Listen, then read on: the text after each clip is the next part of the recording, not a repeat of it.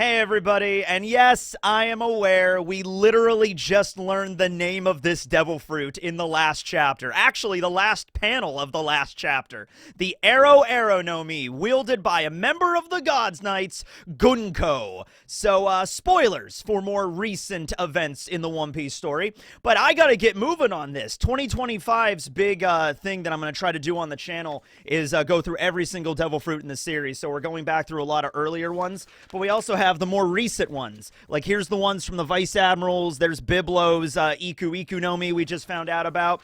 By the time I'm going through this, Oda's also revealing more devil fruits, so I gotta get moving on this. But no, seriously, this concept of the Arrow no Mi, I think I have enough to go on that I can make a 20, 25, 30, 72-minute video on this. I think I got this. I'm actually really excited to talk about how crazy this is. First off, I'm going to pose a question to you. I'm about to blow your mind. You better hold on to your hats. If you don't have a hat, go grab a hat and put it on and hold on to it. If you don't own a hat, I don't know, make one out of tin foil, grab a pillow, grab a household pet, perhaps a bird, if you have a bird, and put that on your head. I don't know, okay? About ready to blow your mind with this, okay? What classification of devil fruit is the Arrow no Mi? Now, you could probably immediately remove Zone from the list. Okay, that's fair. But probably most of you would be like, Paramecia, right? How do you know? Yeah, I know. It could be a Logia, and we're going to be talking about why it could be a Logia here in a moment. All right. So, there's some devil fruits in this story that are very literal in their powers, okay? You have Mr. Three's Doru no Mi, the wax fruit. He's allowed to generate wax. He's a candle man. You have Magellan's Doku no Mi, the venom fruit. He makes poisons and venom, okay? But every devil fruit also, some more than others, have the idea of a concept around that power, okay? Let me give you an example. There's a few, but let's go with Inazuma. I always loved Inazuma's character. I hope he shows up in the story again. Inazuma has the power of the Choki no Mi, the snip fruit, all right? He has the power of scissors, okay? He turns his body into scissors, all right? However, they're not just ordinary scissors. If they were ordinary scissors, he would just turn his hands into scissors that can cut things that scissors can cut. But no, it has an added property that he can cut anything he wants as it was paper. So he could cut a stone wall, and the stone wall changes consistency to be like paper he's cutting. That is not how regular scissors work. That is a magical property of the devil fruits. Inazuma's Choki no Mi embodies the concept of scissors cutting paper, and it will change other things into that consistency if it has to. I mentioned Suru's wash fruit in the review. It is not the power of soap. It is not the power of water. It is the power of laundry. The concept of laundry made manifest in a devil fruit. Okay? That's what devil fruits are, and they embody human desire for that reason. So, when it comes to arrows, let me ask you a question. What is an arrow made out of? I am not talking about a bow and arrow. I'm not talking like in RuneScape, you got your fletching skill, you're going up there, it's like, all right, I got some yew logs, I'm going to start, fletching some arrows now, get that skill cape. I'm not talking about those kind of arrows. I'm talking about these arrows, the arrows that Gunko is using. What is an arrow made out of? That's the thing. It's not made out of anything. Inherently, it's a concept. It's like saying, what's a square made out of? Or what's a triangle made out of? Or what's a mathematical physics equation made out of? It's not really made out of anything. It's a concept. It's an idea. Now, you can draw, like these arrows are made out of paper. They could be made out of wood. They could be made out of metal. It could be anything you make the shape of an arrow out of. Any material, plastic, whatever, that could be that, but like inherently, as a default state, an arrow is not made out of anything. And that's why I'm happy that her ability wasn't just the bandage fruit, because that kind of limits it to a specific item, like a specific material, like fabric and the bandages that she was wearing around her. But we saw in the last chapter, yes, she can turn her bandages into arrows, but she could turn basically anything into an arrow. Already, that's something that's kind of broken.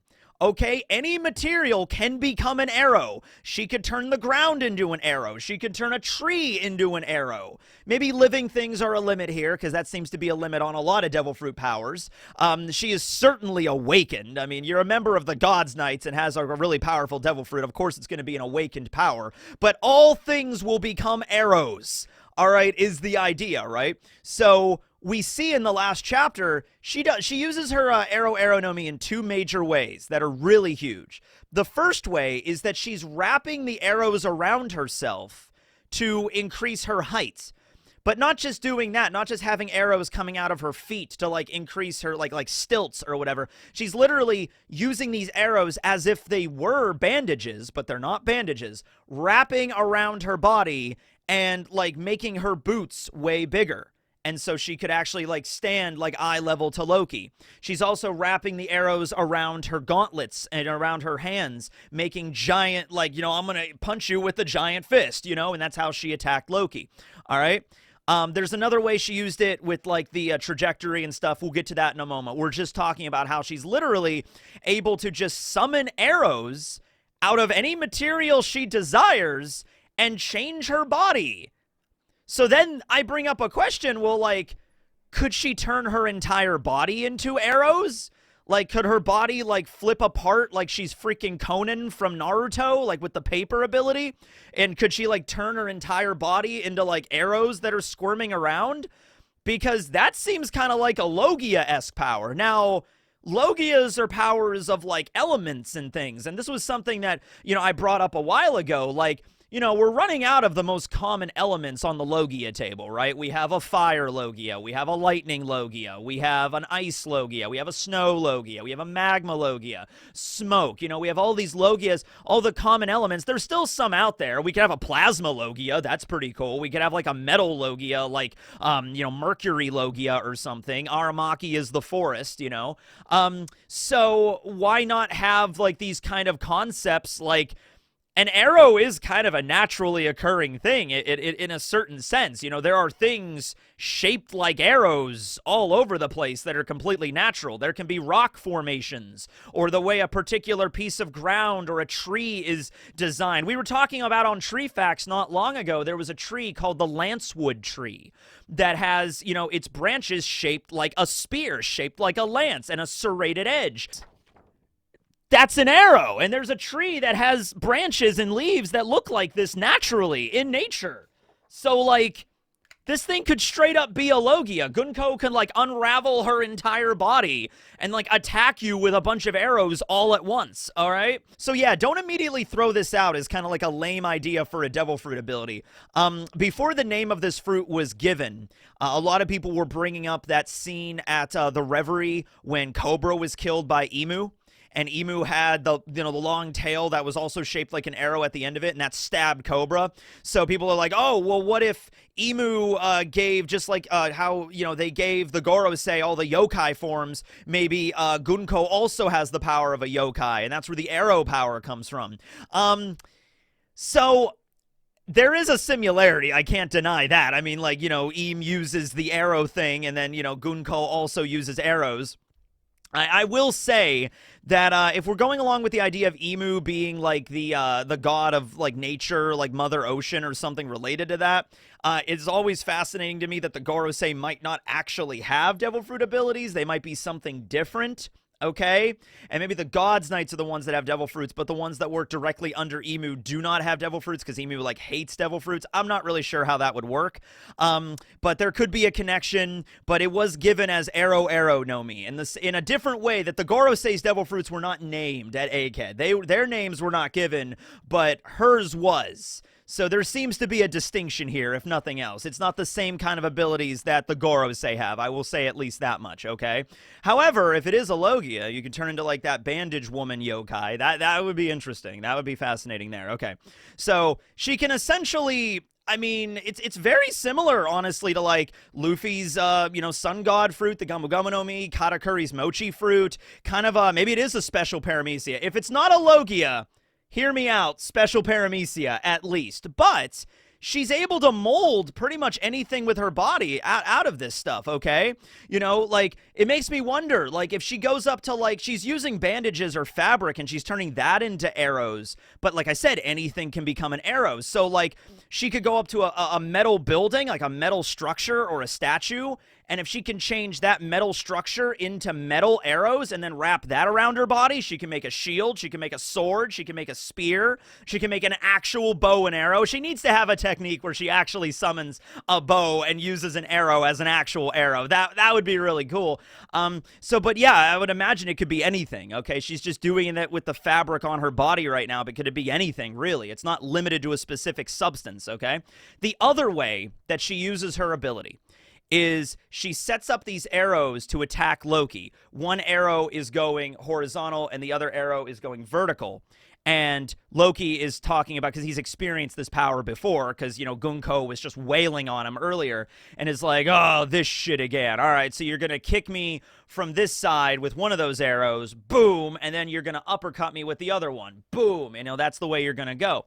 And Gunko is talking all about fate and how, like, yes, my ability is, set in stone, and once I've established it, when I start fighting, that's the way it happens. It will occur. The only way to stop it is for me not to do it. It's sort of like, it's like, oh, I am laying out your fate in front of you, Loki.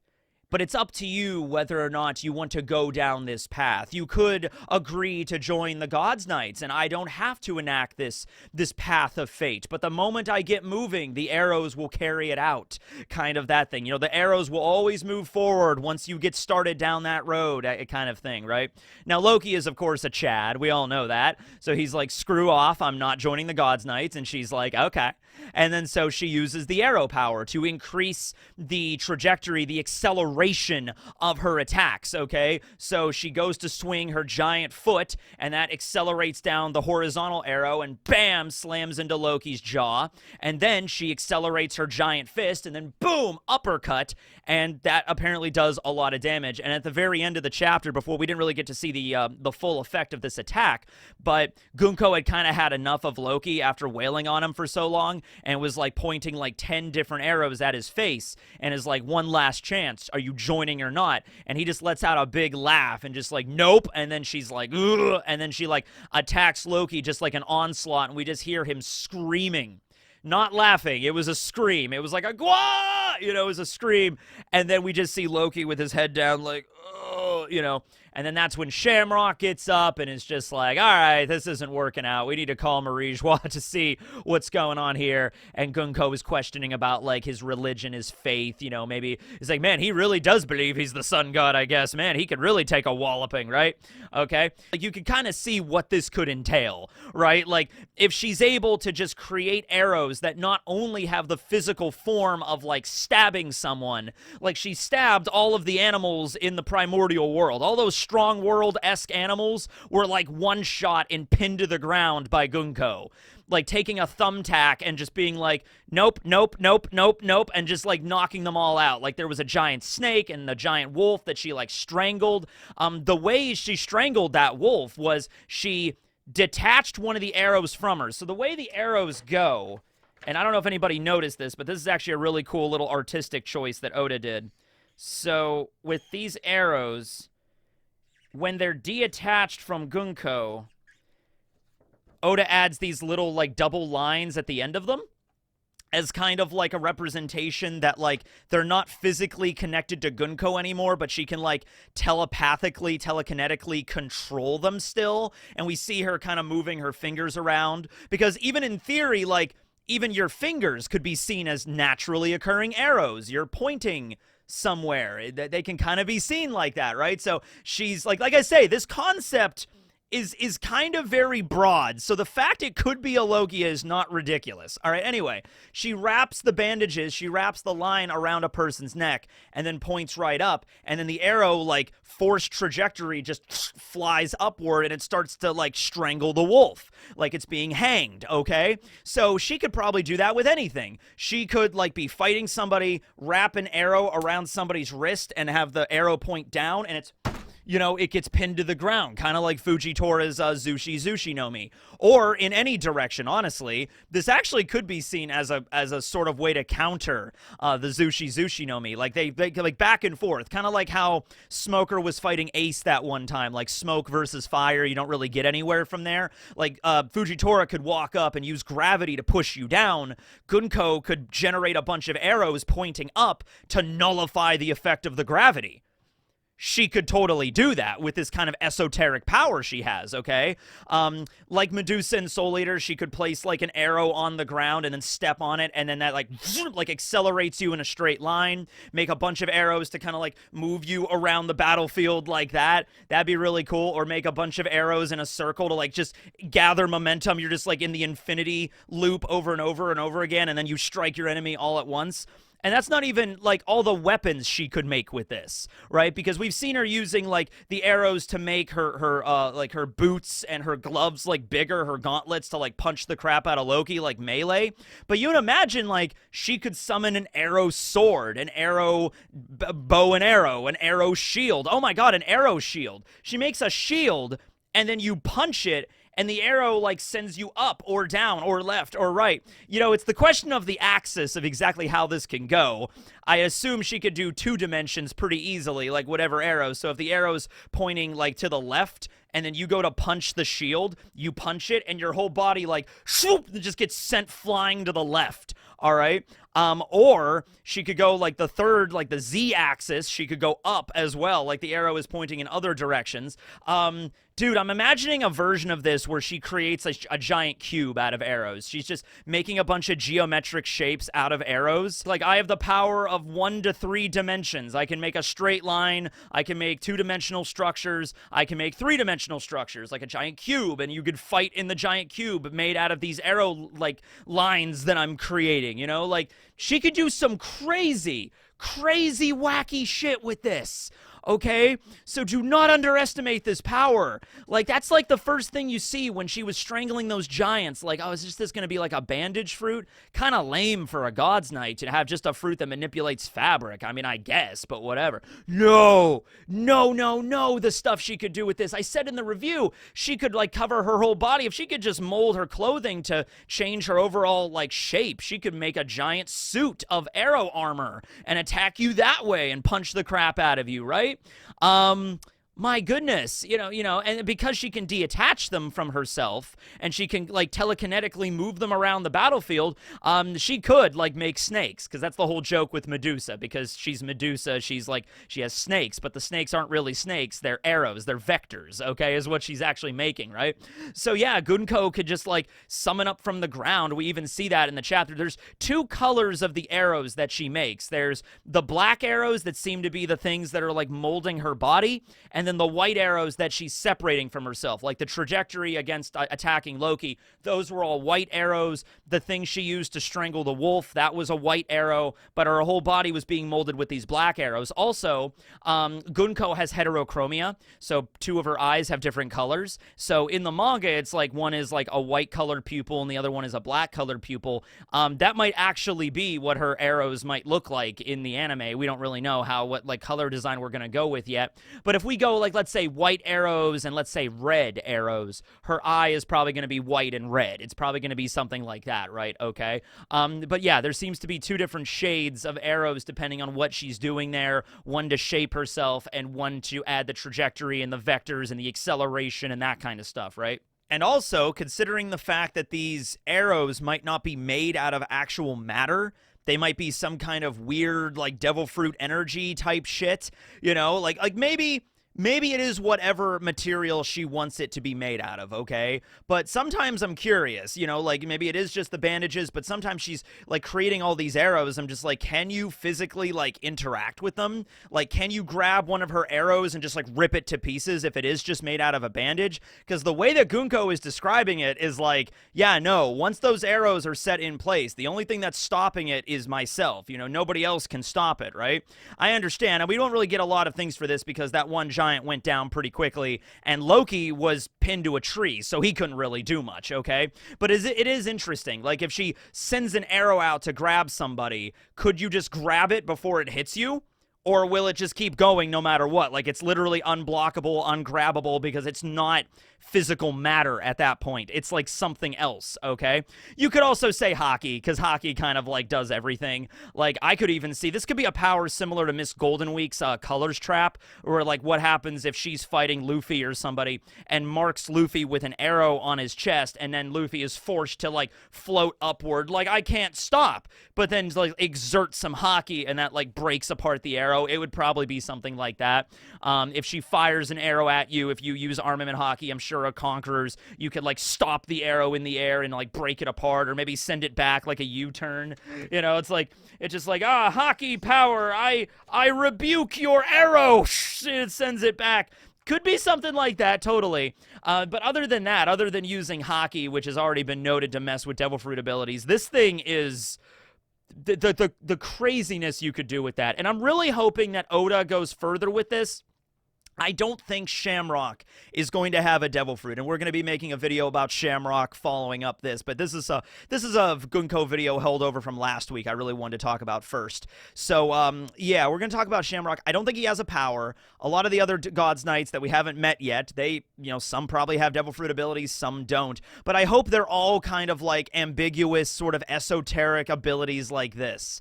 I hope we just don't encounter a Devil Fruit user in the God's Knights that's like, I have the power of the brick fruit. No offense to you, Barry, or Barry the Admiral from One Piece D&D, but it's like, you know, it's like, oh, okay, that's cool. Although, I mean, I guess we already have the Logia of the Earth, and that's sort of Caribou. He has the swamp fruit. He can turn into kind of mud, I guess. We already have Pika. Yeah, we don't need another one of those, okay? I want to see more unique abilities like this, where Oda's like, yeah, just the power of arrows. What does that mean, the power of arrows? Basically whatever I want it to be. That's what Oda's essentially saying here. Like, yeah, it's the power of arrows. I could do pretty much anything with it, so I'm really excited for this power. Let me know down below all the other crazy, wacky abilities she could probably pull off with this. And before we go today, we have some tree facts. The letter X, there weren't that many to pull from, but I have the Xylocarpus granatatum. Cool name, okay? Xylocarpus granatatum. Sounds like, I don't know, a Baroque-era composer. Xylocarpus granatatum really enjoyed the piano. His works have extended past his life. It's like, okay. It's also called the cannonball mangrove. You'll see why in a moment. It's native to Africa, Australia, Asia, and the Pacific Islands. Its fruit is in the shape of these giant, like, shells that look like cannonballs, like these huge giant cannonballs. They're like 4 to 5 inches in diameter, and they're also called the puzzle nut tree. So we have the monkey puzzler, which for some reason some people in England call them and nobody else in the world calls them that, but we also have the puzzle nut tree. And the reason is when you crack open these shells, you see the fruit inside, and it looks kind of like a wooden block puzzle. And so you can kind of crack open the shell and, like, you know, pour out the fruits and, like, kind of put them back together to resemble the same shape. So it is kind of like a puzzle. It's very interesting. It's very hard and durable wood, but it's also very twisted kind of wood. It's like the kind of tree that grows like very twisted and gnarled. So, you know, cutting it up and molding it into something specific, like building a boat out of it, might be kind of difficult. You could use it as firewood, but it burns very quickly when you use it as firewood. It has a least concern right now on like the endangered species index, so nothing to really worry about there. But yeah, I just like the name, and there wasn't really much to go on here for, you know, when I typed it in, like all the trees that start with X, and Xmas tree comes up as like Christmas tree, I'm like, all right, yeah, there's not really a lot of options here. But Xylocarpus granatatum, the cannonball mangrove. All right, pretty cool, I guess. All right, thanks for watching, everybody. This will be Teching, signing out. Laters.